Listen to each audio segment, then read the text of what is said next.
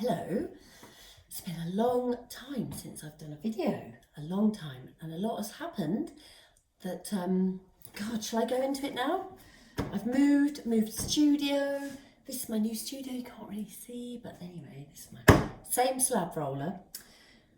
So I'm not going to go into my life story, but I do want to show you how to kind of recycle clay using a slab roller. It's almost like a video on how not to use your slab roller, because some people will be absolutely horrified about this.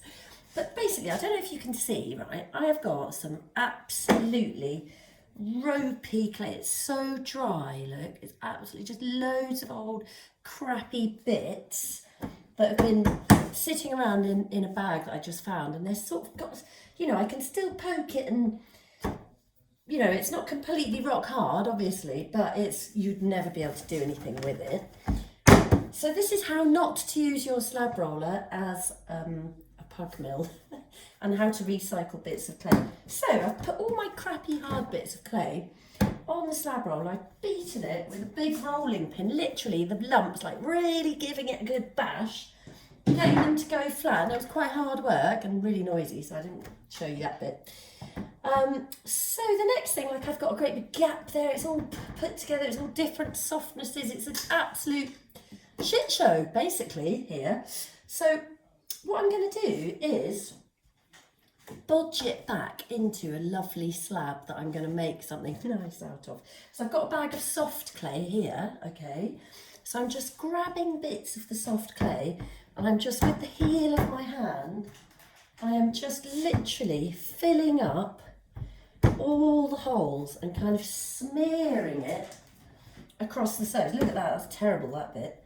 So I'm just smearing that and like plastering it across the surface, okay? So it's almost like, I mean, God, there's so many bad cracks. It looks awful. So can you see what I'm doing? I'm just like scooting it across, like plastering it with the heel of my hand and with my fingertips, okay? And it's quite satisfying because it sort of like covers over all those holes. And I know I'm going to be trapping air bubbles, but don't worry about that at this stage, okay? Because I just find it really annoying. I can't bear to waste the clay when it gets really, you know, too sort of stiff to use. If you've forgotten about lots of little bits that are in a bag, you know, you don't want to waste them. If you haven't got a pug mill, it's such an arduous task to recycle them, dry them out, and bloody wedge it all together and everything. It's just a pain, isn't it? Well, I think it is anyway. So I've smeared the whole surface with some nice soft clay, okay? Let's have a look. Oops, it's split again, but that doesn't matter. Let's just shove a bit more on there, because that's the really bad bit. Okay, that's okay then. Right, see that? It looks terrible, doesn't it? Oh, it's pretty thick at the moment. I'm going to say that's like 20 mil thick. And that looks awful on that side as well. So same thing again. Spreading and smearing all the soft clay into any cracks and all the way across the surface. Oh, there's a bad one there, blimey. Oh, this is terrible. Okay, let's get a bit in there. Oh, yes. It's like, what's it like? It's not like anything, really. Okay, not anything else I can think of. So a little bit more across here. There's a great big crack there. And if it feels a bit firm all over, I tend to sort of smear the soft clay all over the surface, just using my fingers like that. So I've just done another slab actually that I put next door, which is really quite good now, and I'm going to use it in a minute using the same technique. And this is sort of like half of the really crappy slab that I just did. So I'm quite confident that we can make something good out of something terrible. Okay, so slab roller. I'm going to put a really thick block of wood in under there, tighten it up. This is my slab roller that's been very adapted. Okay, so let's roll that. see it stretching. So that's just flattening it out a little bit. Okay, so that's not too bad. Right, so let's go down to 12 mil. Stick that under there because that determines the height of the clay. So one thing I do like to do is after every roll I release the slab from the bed of the slab roller, because this is canvas, and what happens is the clay kind of sticks tight to the canvas and can't sort of move and slide along it.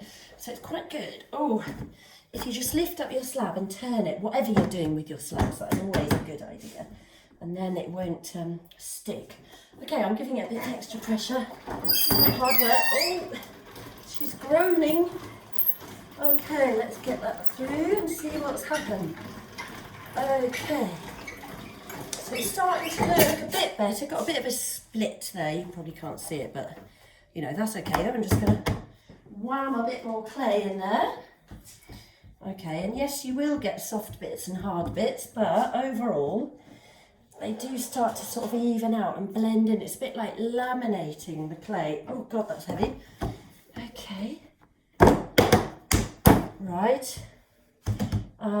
There's a little bit of a dodgy bit there, because as you sort of stretch it, it'll open up some of the cracks. Oh, that's Bertie.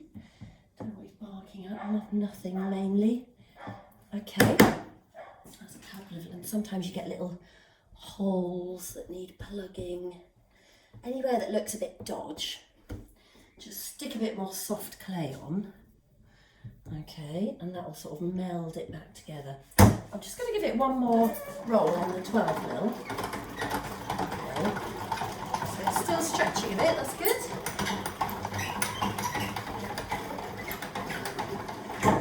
Okay, let's go down to the 9 mil. So this is a Cowley slab roller that's been adapted and geared with motorbike chains and a tractor steering wheel, just in case some of you boffins out there are interested. Okay, so I'm going to lift it, turn it. Oh, quite heavy that is.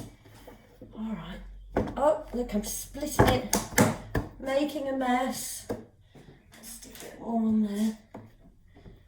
Anything that breaks and splits, just deal with it. Did I put the 9 mil under? I did. Right, okay. Off we go. Oh, yeah. Okay, off we go. Oh, hello.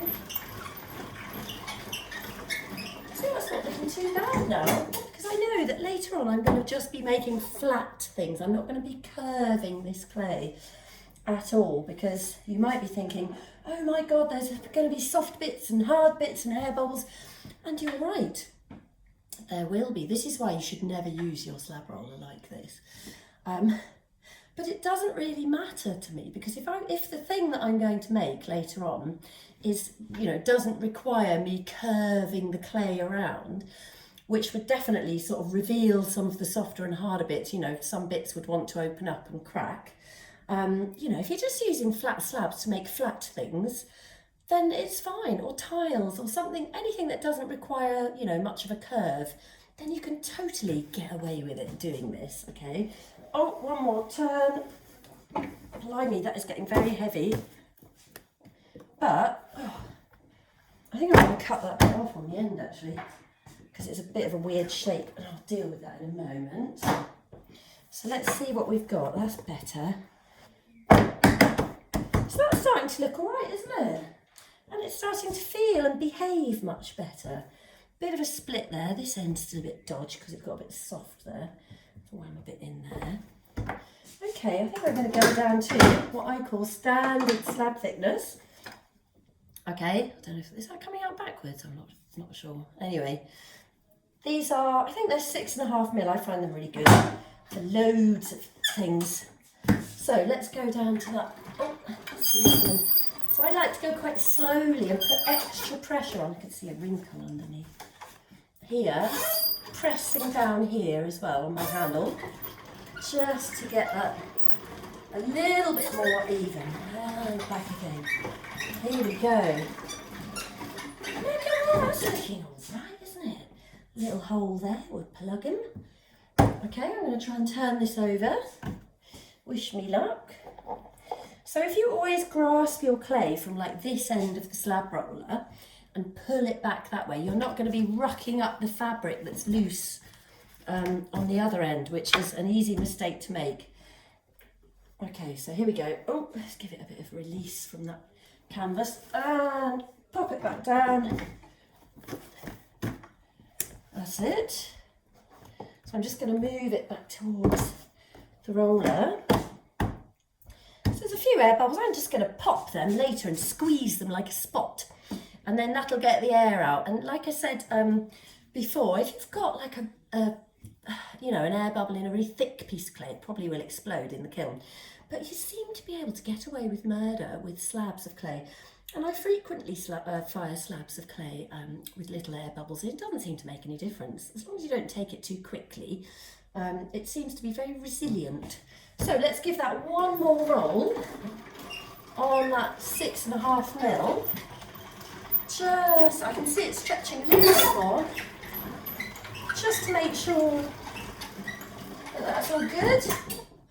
And I think, look, that is a pretty nice, even, usable, big slab. Look, let me pick it up just to show you properly. So if I'm picking up and listen, you have to kind of like get your arm in underneath. And oops, bring up the cloth. Oh, I'm bodging it. There you go. Look at that. That's not bad from a load of old crap, isn't it? So there you go. How not to use your slab roller like a pug mill.